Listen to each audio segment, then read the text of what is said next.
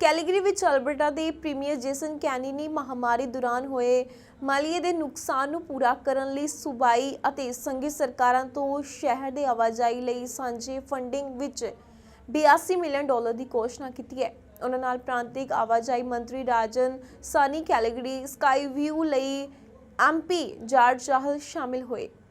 Pleased to be here today to announce that financial relief is on its way so that buses and LRTs can continue to serve Albertans across the province.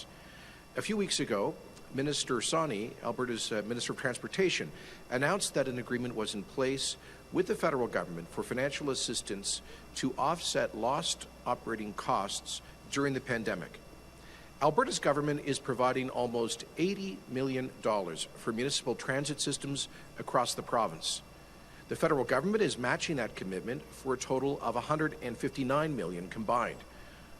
That joint funding is now in place, and municipalities are now eligible to access that funding for their transit systems. Mayor Gondek, I'm happy to tell you that the City of Calgary will receive $82.4 million in combined funding.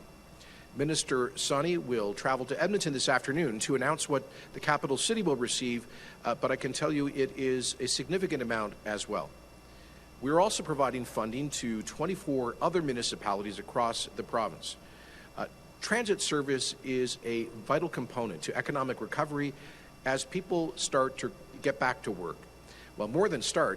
Yesterday, I was in the biggest traffic jam I can remember in downtown Calgary in about 6 or 7 years, and I was never happier to be in a traffic jam, to see the economic activity coming back in a big way.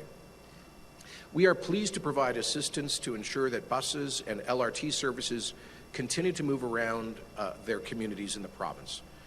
So thank you for your time this morning, and I'd like to call on Minister Sani beleaguered transit systems, not only here in Calgary and also up in Edmonton, but in many other communities across the province as well. Transit systems took a big hit during the pandemic. People were working from home, and of course many businesses cut back on staff. Some closed altogether. Students were sometimes attending school online, and all of these plus other factors contributed to result in huge revenue losses for Alberta transit systems.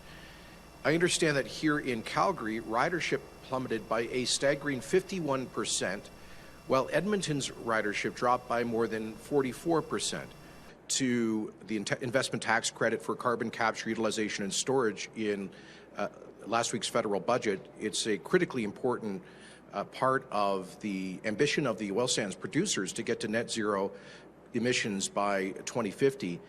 In fact, as you know, they estimate about half of the progress that they can make, certainly between now and 2030, will be as a result of carbon sequestration. Chris, as you know, the government of Alberta has been a world leader on supporting CCUS. We adopted this technology 12 years ago and funded it through the Levy on Major Industrial Emissions, the first such levy in North America. We have invested $1.8 billion in demonstrating the feasibility of carbon sequestration technology. We'll continue to support it.